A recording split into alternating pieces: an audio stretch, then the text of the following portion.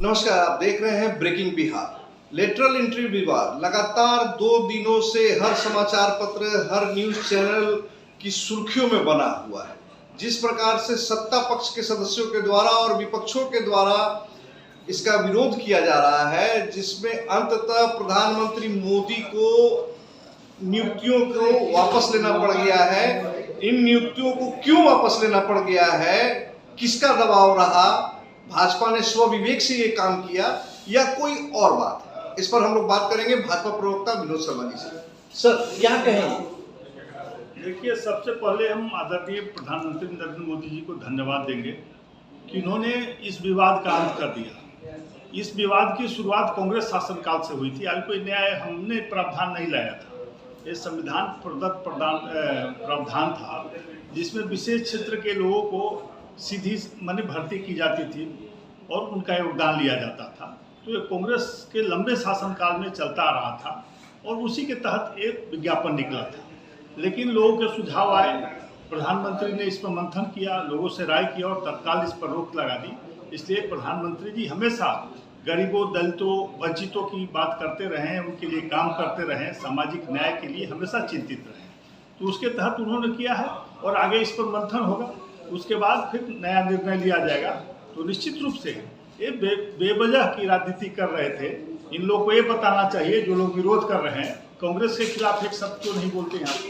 यह प्रक्रिया तो कांग्रेस शासनकाल में आई थी। कांग्रेस पार्टी ने इस तरह की व्यवस्था की थी। पहले भी दर्जनों उदाहरण है जिसमें इस तरह से नियुक्तियाँ हुई और सीधे लोगों को IAS की माने बना करके उनसे काम लिया गया, विशेष क्षेत्र के लोगों को योगदान दिया गया। तो निश्चित रूप से एक कांग्रेस शासनकाल का दिन था जिसका आज प्रधानमंत्री ने रोक लगाया और इस पर आगे निर्णय लेंगे।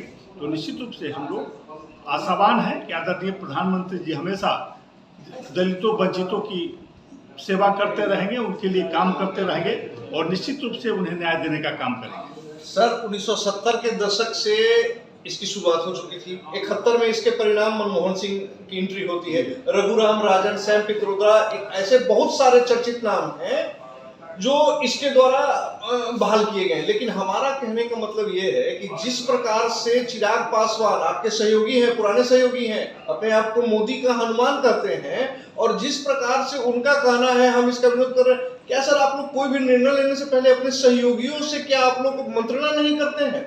या पुराने शासनकाल में, पुराने लोकसभा में जिस प्रकार से आप लोग मजबूत थे, वैसी ही मजबूती इस बार आप लोगों को नहीं मिली है, तो क्या आप लोग अपने सहयोगियों के सामने लाचार भी हो गए हैं क्या?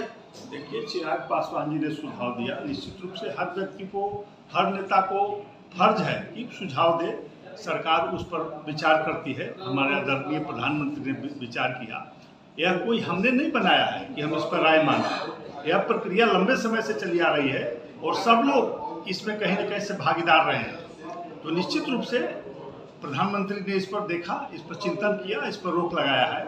मैं तो पूछ रहा हूँ कांग्रेस के समर्थक, इंडिया गठबंधन के नेताओं से कि कहाँ सोए हुए थे जो अपने 2-4 नाम, दर्जनों उदाहरण है, एक नहीं दर्जनों उदाहरण।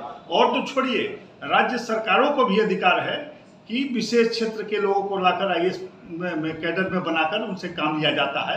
यहाँ भी बहुत सारे, गोरेलाल यादव जी, चाहे दर्जनों ऐसे लोग हैं जिनको IAS श्रेणी में ला करके इंजीनियर से, डॉक्टर से, प्रोफेसर से बनाया गया है। तो ये कोई नई बात नहीं है। तो इन्हें तो उनको कोसना चाहिए, कांग्रेस पार्टी को कोसना चाहिए जो उनकी गोद में बैठे हुए हैं, राजद के तेजस्वी यादव जी। तो उनको अध्ययन करना चाहिए कि इसकी शुरुआत कहाँ से हुई और इतने लंबे समय तक कैसे चला। तो इसमें प्रधानमंत्री जी निश्चित रूप से देखा कि इसमें कुछ सुधार की जरूरत है, तो उस पर निर्णय लिया।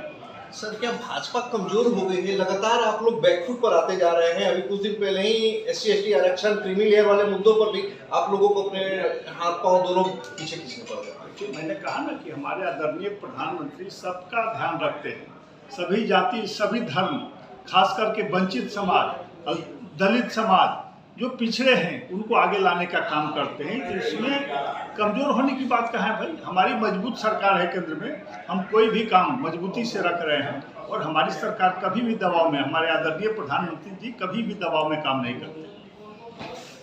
तो जैसा कि आपने देखा, ये थे हमारे साथ भाजपा प्रवक्ता विनोद शर्मा जी, जिनका कहना है कि हमारी सरकार, मोदी सरकार किसी के भी दबाव में आने वाली नहीं है। लेकिन इधर हाल फिलहाल कई घटनाओं में ये देखा जा रहा है कि भाजपा के सहयोगियों ने ही भाजपा को ज्यादा परेशान करने का काम किया है। खबरों का सिलसिला इसी प्रकार से बना रहेगा। तब तक के लिए दें हमें इजाजत। नमस्कार।